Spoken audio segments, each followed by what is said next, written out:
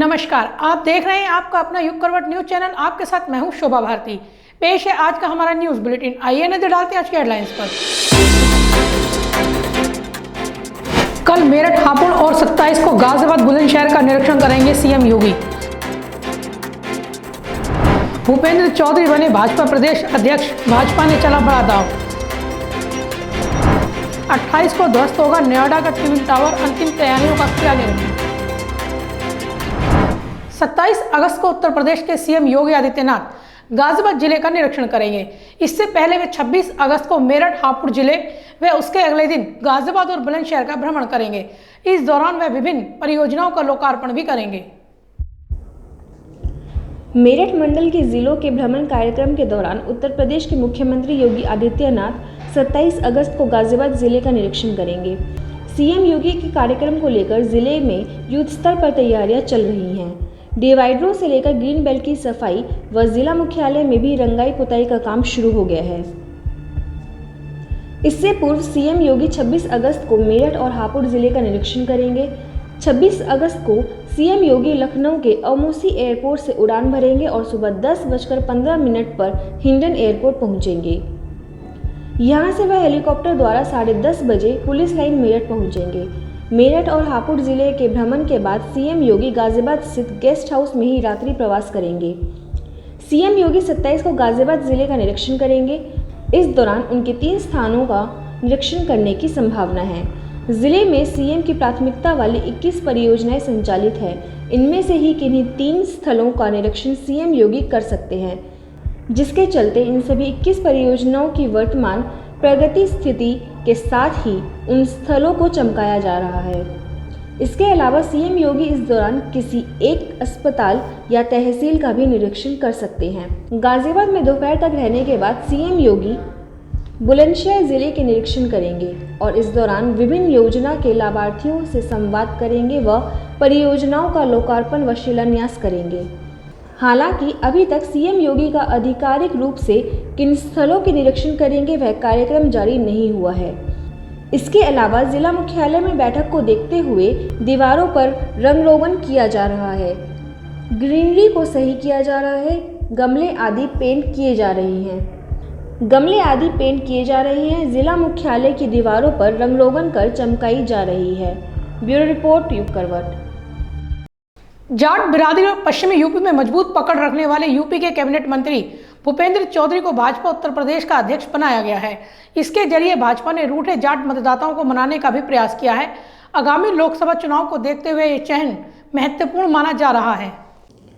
UP cabinet में पंचायती राज मंत्री चौधरी भूपेंद्र सिंह को भारतीय जनता पार्टी ने उत्तर प्रदेश का अध्यक्ष बनाया गया है।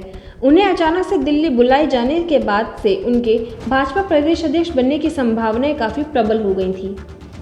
भूपेंद्र चौधरी केंद्रीय गृह मंत्री अमित शाह के काफी करीबी माने जाते हैं। उन्हें भगवा पार्टी का प्रदेश अध्यक्ष बनाए जाने के पीछे आगामी लोकसभा चुनाव में यूपी, खासकर पश्चिमी उत्तर प्रदेश के जाट मतदाताओं को साधना भी प्रमुख कारण है। उन्हें प्रदेश अध्यक्ष बनाकर किसान आंदोलन के कारण भाजपा से रूठे जाट मतदाताओं को मनाने का प्रयास किया गया है। भूपेंद्र चौधरी का जन्म मुरादाबाद के महेंद्री सिकंदरपुर में हुआ था। वे भारतीय जनता पार्टी से लगभग 33 सालों से जुड़े हैं। उन्होंने राजनीति अपने छात्र जीवन से ही शुरू कर दी थी। इस सियासी बिसात में संगठन का लंबा तजुर्बा, जाट बिरादरी और राजनीतिक अनुभव प्रदेश अध्यक्ष बनने के लिए कैबिनेट मंत्री चौधरी भूपेंद्र सिंह के पक्ष में रहे। भूपेंद्र चौधरी वर्ष 2007 से 2012 तक पश्चिमी उत्तर प्रदेश के क्षेत्रीय मंत्री रहे। वहीं 2011 से 2018 तक लगातार 3 बार पश्चिमी यूपी के क्षेत्रीय अध्यक्ष भी रहे हैं। चौधरी भूपेंद्र सिंह ने वर्ष 1999 में मुलायम सिंह यादव के खिलाफ चुनाव लड़ा था। पार्टी ने उन्हें संभल से लोकसभा प्रत्याशी बनाया था। हालांकि वे चुनाव हार गए। इसके साथ ही भाजपा ने हिमाचल प्रदेश में विधानसभा चुनावों को देखते हुए राष्ट्रीय उपाध्यक्ष सौदान सिंह को हिमाचल का चुनाव प्रभारी और देवेंद्र सिंह राणा को चुनाव सह प्रभारी बनाया है। ब्यूरो रिपोर्ट, युग करवट। दिल्ली के सीएम अरविंद केजरीवाल के आवास पर हुई बैठक में आम आदमी पार्टी के 12 विधायक नदारद रहे। पार्टी विधायक सौरभ भारद्वाज ने भाजपा पर 40 विधायक खरीदने का आरोप लगाते हुए सीबीआई और ईडी से जांच की मांग की है। सीएम अरविंद केजरीवाल के आवास पर आप विधायकों की बैठक संपन्न हुई। बैठक के बाद आप विधायक सौरभ भारद्वाज ने आरोप लगाया है कि आम आदमी पार्टी के 40 विधायकों को खरीदने के लिए प्रत्येक विधायक को 20-20 करोड़ का प्रस्ताव दिया गया था। सीबीआई और ईडी को जांच करनी चाहिए कि 40 विधायकों को खरीदने के लिए भाजपा के पास 800 करोड़ रुपए कहां से आए। भारतीय जनता पार्टी ने मनीष सिसोदिया जी को ऑफर दिया कि अगर आप आम आदमी पार्टी तोड़कर भारतीय जनता पार्टी में शामिल हो जाते हैं तो आपको भारतीय जनता पार्टी की तरफ से दिल्ली का मुख्यमंत्री बनाया जाएगा और जितने भी आपके ऊपर मुकदमे हैं सबको रफा दफा कर दिया जाएगा। यहाँ तक आपको मालूम है। फिर हमारे 4 विधायक देश के सामने आए, उसमें 2 विधायक तो 3 बार के विधायक हैं जिन्होंने बताया 20-20 करोड़ रुपए का प्रलोभन देके भारतीय जनता पार्टी अरविंद केजरीवाल की सरकार गिराना चाह रही है और भारतीय जनता पार्टी की तरफ से ये दिल्ली के गली मोहल्ले में कहा जाने लगा कि अब अरविंद केजरीवाल की सरकार गिरने वाली है। आज उसी सिलसिले में सभी विधायकों को बुलाया गया। बैठक में 54 विधायक मौजूद रहे। बैठक के बाद प्रेस वार्ता में आप विधायक सौरभ भारद्वाज ने कहा कि जो विधायक विभिन्न कारणों से बैठक में मौजूद नहीं रहे उनसे संपर्क किया गया है। आज सुबह से भारतीय जनता पार्टी वालों ने शोर मचाना शुरू कर दिया, ये प्लांट करने शुरू कर दिया कि भारतीय जनता पार्टी कहने लगी आम आदमी पार्टी के विधायक जो हैं संपर्क में ही नहीं है। आम आदमी पार्टी अपने विधायकों से संपर्क करना चाह रही है, विधायक आ नहीं रहे हैं और अरविंद केजरीवाल घबराकर ये कह रहे हैं कि सबको मेरे घर बुलाओ तब मुझे यकीन आएगा। ये सरासर झूठ है। भारतीय जनता पार्टी अफवाह फैला के एक चुनी हुई सरकार को गिराने की कोशिश कर रही है। मैं सबको बताना चाहता हूं, आज भारतीय जनता पार्टी का ऑपरेशन लोटस दिल्ली के अंदर अरविंद केजरीवाल ने फेल किया। ऑपरेशन लोटस की फेलियर को मैं आज यहां पे अनाउंस करता हूं, ऑपरेशन लोटस फेल। आम आदमी पार्टी के विधायकों की सीएम केजरीवाल के आवास पर बैठक से पहले दिल्ली सरकार पर संकट मंडराने लगा है। आम आदमी पार्टी के कम से कम 12 विधायकों का संपर्क पार्टी से नहीं हो रहा है। हालांकि कौन से विधायक बैठक से गायब रहे इसका खुलासा पार्टी नेताओं ने नहीं किया। ब्यूरो रिपोर्ट युग करवट। मुख्यमंत्री योगी आदित्यनाथ ने गुरुवार को 42 इलेक्ट्रिक बसों को हरी झंडी दिखाई। इनमें से 34 बसें राजधानी के 4 रूटों पर चलेंगी, जिससे करीब 15,000 यात्रियों को राहत मिलेगी। मुख्यमंत्री योगी आदित्यनाथ ने गुरुवार को 42 इलेक्ट्रॉनिक बसों को हरी झंडी दिखाई। इसके साथ ही राजधानी में ई बसों का बेड़ा गुरुवार को बढ़ गया। इनमें से 34 राजधानी के 4 रूटों पर चलेंगी, जिससे करीब 15,000 यात्रियों को राहत मिलेगी। 8 बसें कानपुर में चलेंगी। सीएम योगी ने बसों को जनता को समर्पित किया। सिटी के अंदर इलेक्ट्रिक बसें चल रही हैं, इसके दायरे को थोड़ा बढ़ा देते, यानी इतनी मांग थी और पूरी भर करके जा रही हैं। मैंने नगर निकाय के साथ वहां बैठक की, मैंने उनसे पूछा, मैंने कहा भी ये जो इलेक्ट्रिक बसें चल रही हैं क्या इनसे आपका खर्चा निकल पा रहा है? उन्होंने कहा हाँ, बहुत बेहतरीन तरीके से आगे बढ़ रही हैं और लोगों की बड़ी डिमांड है। जिस भी रूट पर मैं गया इलेक्ट्रिक बसेस की वहाँ की सुविधा की सबने सराहना की है। जब कॉमन मैन, जिसको राजनीति से कोई लेना देना नहीं, आपके कार्यों की सराहना करे तो ये मान करके चलिए कि आप सही दिशा में आगे बढ़ रहे हैं। और उस दिशा में इलेक्ट्रिक बसेस की ये सेवा आज यहाँ पर हम लोग 2 प्रदेश के सबसे बड़े जो नगर निकाय हैं, लखनऊ और कानपुर के लिए प्रारंभ करने जा रहे हैं। वर्तमान में लखनऊ के 22 मार्गों पर 105 ई बसें चल रही हैं। इससे रोजाना 35 से 40 हज़ार यात्री सफर कर रहे हैं। अब बेड़े में 34 और ई बसें शामिल हो जाने से दैनिक यात्रियों को बड़ी राहत मिलेगी। कुछ सेवा लखनऊ से नेमित सारण्य के लिए भी प्रारंभ करने की तैयारी हो, और उसके लिए हो सकता है कुछ समय लगे, क्योंकि वहाँ पे चार्जिंग स्टेशन बनाने पड़ेंगे, अन्य सुविधाएं देनी पड़ेंगी। तब तक हमारी वैकल्पिक व्यवस्था क्या हो सकती है, एक इस पर ध्यान देना। दूसरा, नेमित सारण्य को हम लोग बेहतरीन सुविधाओं से युक्त एक ऐसे स्थल के रूप में विकसित करें जो प्रत्येक भारतवासी को उस धरोहर के प्रति एक आत्मीयता का भाव प्रत्येक भारतवासी के मन में जागृत कर सकें। नई बसों में गुरुवार से सफर किया जा सकेगा। इन्हें विराजखंड बस स्टैंड से पीजीआई वाया अहिमा मऊ, लुलु मॉल, तेलीबाग रूट पर चलाया जाना था, लेकिन इसे निरस्त कर दिया गया है। इसकी जगह लखनऊ के नैमिष का रूट जोड़ा गया है। ब्यूरो रिपोर्ट, युग करवट। 28 अगस्त को नोएडा स्थित ट्विन टावर को ब्लास्ट कर ध्वस्त किया जाएगा। आज इसकी तैयारियों को लेकर नोएडा सीईओ रितु महेश्वरी सहित अन्य विभागीय अधिकारियों ने ट्विन टावर का निरीक्षण किया। यह देश की सबसे ऊंची इमारत है जो ध्वस्त की जाएगी। नोएडा के सेक्टर 93 सुपरटेक एमराल्ड कोर्ट स्थित ट्विन टावर के अंतिम ब्लास्ट का काउंटडाउन शुरू हो गया है। रविवार को 3500 किलोग्राम विस्फोटक से ट्विन टावर ढा दिए जाएंगे। बृहस्पतिवार को इस संबंध में अंतिम बैठक भी हुई, जिसमें सभी स्टेक होल्डर शामिल हुए। ट्विन टावर ध्वस्तीकरण के लिए सेंट्रल बिल्डिंग रिसर्च इंस्टीट्यूट की टीम परिसर में पहुंचेगी। नोएडा प्राधिकरण की सीईओ रितु महेश्वरी ने ट्विन टावर का निरीक्षण किया और तैयारियों का जायजा लिया। तक लगा दिए जाएंगे, उनका pre and post demolition data भी एनालाइज किया जाएगा। इसके अलावा एयर क्वालिटी मॉनिटरिंग के लिए भी डिवाइसेस लगाए जा रहे हैं। तो तैयारी जो विभिन्न एजेंसीज हैं उनके द्वारा पूरी कर ली गई है। एक्सप्लोजिव जैसा मैंने बताया वो यहाँ पे लोड कर दिया गया है और सभी तैयारियां लगभग डेमोलिशन के बाद जो डस्ट होगा उस डस्ट को मैनेज करने के लिए क्या प्लान दिया गया है, कितने दिन तक उसका असर रहेगा और कितना? देखिए, इसका साइंटिफिक असेसमेंट करना संभव नहीं है, ना यूपीपीसीबी कर पा रहा है ना डिमोलिशन एजेंसी कर पा रही है। लेकिन जो भी डस्ट जनरेट होगा वो बहुत एक मिनिमम टाइम के लिए तभी जनरेट होगा। दूसरा, इमीडिएटली उसके बाद वो बिकॉज स्प्रेड आउट हो जाएगा। वाटर टैंकर्स, स्मॉक गन्स यहाँ पे अथॉरिटी की तरफ से लगाए जा रहे हैं। मैकेनिकल स्वीपिंग मशीन्स रहेंगी। पूरा सैनिटेशन स्टाफ जो एडिक्वेट होगा इस एरिया की क्लीनिंग के लिए वो नोएडा अथॉरिटी द्वारा लगाया जा रहा है। तो इम्पैक्ट तो होगा ही, लेकिन जो भी रहेगा उसको मिनिमाइज किया जा रहा है और जो एयर क्वालिटी मॉनिटरिंग स्टेशन हैं उनके माध्यम से उसको मॉनिटर किया जाएगा। आयोजित बैठक में Edifice engineering, Supertech, CBRI, police प्रशासन, traffic police, blast expert, RW आदि के सदस्य मौजूद रहेंगे। बैठक में अब तक की तैयारियों की समीक्षा होगी। इसमें यह देखा जाएगा कि आखिरी स्तर में कहीं कोई कमी तो नहीं रह गई। 28 अगस्त को सियान एपेक्स में दोपहर 2:30 बजे विस्फोट कर ध्वस्त किया जाएगा। जनरेट होगा, जिसमें से लगभग 50 से 55 हजार टन यहीं पे साइट पे यूज हो जाएगा फिलिंग में। बाकी जो है वो सीएनडी प्लांट पे उसको ब्रेक करने के बाद प्रोसेसिंग के लिए जाएगा।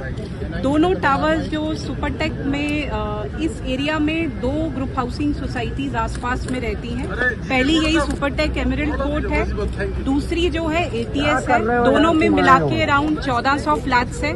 1400 फ्लैट्स में लगभग 7 से लेके 8,000 रेजिडेंट्स और उनका स्टाफ है।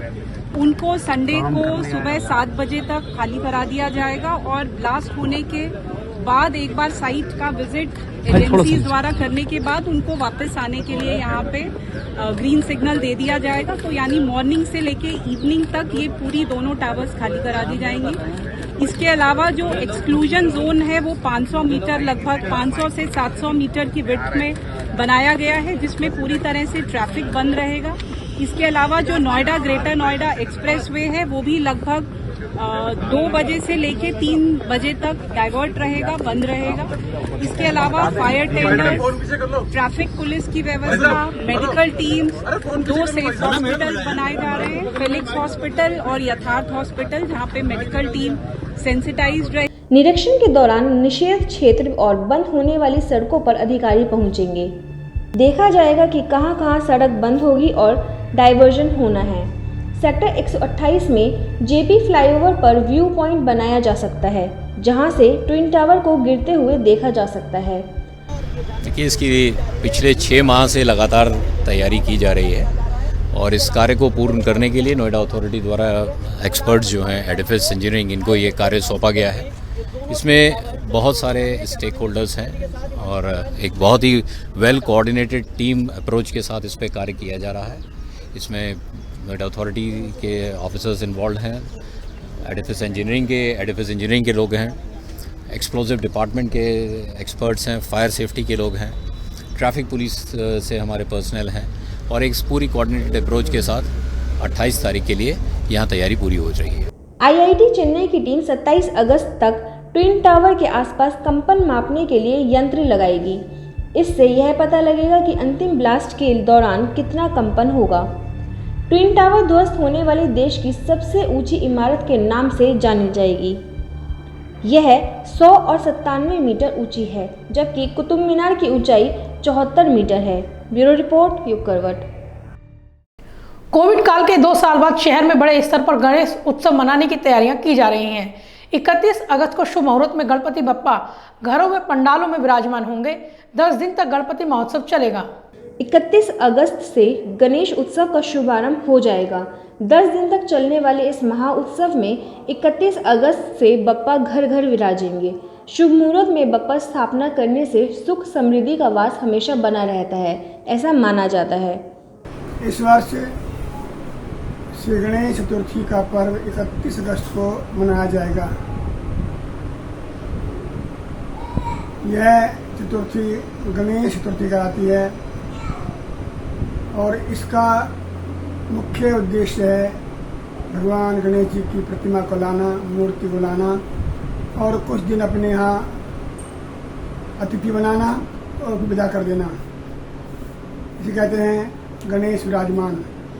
तो गणेश जी विराजमान के मुख्य मुहूर्त इस प्रकार से हैं, क्योंकि इसमें गणेश जी की मूर्ति को स्थापित नहीं किया जाता, बल्कि इसको चर लगन में स्थापित करके उसको फिर 3, 5, 7 या अनंत चतुर्थी को जल में बहा देते हैं, विसर्जन करते हैं। इसलिए इसकी स्थापना चर मुहूर्त में, चर लगन में होती है, जो इस प्रकार से हैं। 31 अगस्त को दोपहर बाद 2:10 से 4:56 तक चर लगन है। उसके पश्चात रात्रि 8:50 बजे से 22:21 बजे तक चर लगन रहेगा। गणेश स्थापना का श्रेष्ठ मुहूर्त चर लगन माना जाता है, जो 31 अगस्त को बन रहा है। गणेश चतुर्थी को भगवान गणेश का आगमन या विराजमान करना और अनंत चतुर्दशी को गणेश का विसर्जन करने का महत्व है। इस बीच में गणेश जी की मूर्ति को लाकर विराजमान करें। विराजमान के कुछ नियम इस प्रकार से हैं। कहीं से मूर्ति ला करके विशेष ढोलक, बाजा आदि के साथ लाएं और घर में प्रवेश के समय उनका स्वागत करें, पुष्प आदि बिखेरें। बाकायदा एक स्वच्छ पाटे पर या किसी स्टूल पर या मंदिर के पास स्थापना करें। स्थापना के पश्चात जितनी आवश्यक श्रद्धा है 3 दिन, 5 दिन, 7 दिन अथवा 10 दिन तक अनंत चतुर्दशी को इसका समापन होता है और उस दिन संपूर्ण विसर्जन होता है। गणेश उत्सव महाराष्ट्र का जहां प्रमुख पर्व माना जाता है, वहीं देश भर में गणेश उत्सव की धूम रहती है। जिले में भी कई स्थानों पर पंडालों में गणपति की प्रतिमा स्थापित की जाएगी, तो वहीं घरों में भी बप्पा विराजमान होंगे। शहर में गणेश उत्सव की तैयारियां जोरों पर है। ब्यूरो रिपोर्ट, युग करवट। साहिबाबाद की पप्पू कॉलोनी की गली नंबर 2 में सड़क न बनने से पिछले 2 साल से लोगों का निकलना तक दुर्भर हो गया है। नाराज लोगों ने इसके विरोध में क्षेत्र में प्रदर्शन किया और नगर निगम के खिलाफ जमकर नारेबाजी भी की। नगर निगम के अधिकारी मुर्दाबाद, मुर्दाबाद, मुर्दाबाद। नगर निगम के अधिकारी मुर्दाबाद, मुर्दाबाद, मुर्दाबाद। नगर निगम के अधिकारी मुर्दाबाद, मुर्दाबाद, मुर्दाबाद। नगर निगम, नगर निगम, नगर निगम। गोंडा जिले में उत्तर प्रदेश के सीएम योगी आदित्यनाथ ने ऑनलाइन 9 थानों में बनाए गए 257 विवेचना कक्ष और आरक्षी बैरकों का लोकार्पण कर उन्हें पुलिसकर्मियों को सौंपा। इस मौके पर गोंडा के सदर विधायक प्रतीक भूषण, डीएम और एसएसपी आकाश तोमर सहित अन्य अधिकारी मौजूद रहे। मैं बताना चाहता हूं कि गोंडा जनपद के 9 थाना क्षेत्रों लोकार्पण कर रहे हैं। यह गोंडा जनपद के पुलिस के इतिहास के बहुत ही गौरव पल है। माननीय विधायक जी और डीएम सर, एसपी सर ने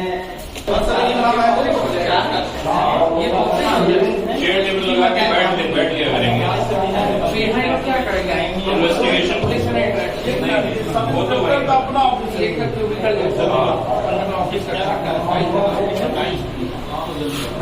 गाजियाबाद की एनडीआरएफ की 8वीं बटालियन टीम ने गुना में नदी में फंसे 15 लोगों को रेस्क्यू कर सुरक्षित बचाया है। बाढ़ के हालातों को देखते हुए यूपी और एमपी में एनडीआरएफ की 5 टीमों को तैनात किया गया है। भारी बारिश के चलते उत्तर प्रदेश, मध्य प्रदेश में चंबल और यमुना नदी के जल स्तर लगातार बढ़ रहा है। कई जिलों में बाढ़ के हालात पैदा हो गए हैं, तो वहीं नदियों का पानी गांव और कस्बों में पहुंचने से लोग फंसे हुए हैं। इन हालातों को देखते हुए गाजियाबाद स्थित 8वीं एनडीआरएफ बटालियन की 5 टीमों को यूपी के इटावा, जालौन, औरैया और एमपी के मोरेना और गुना जिले में तैनात किया गया है।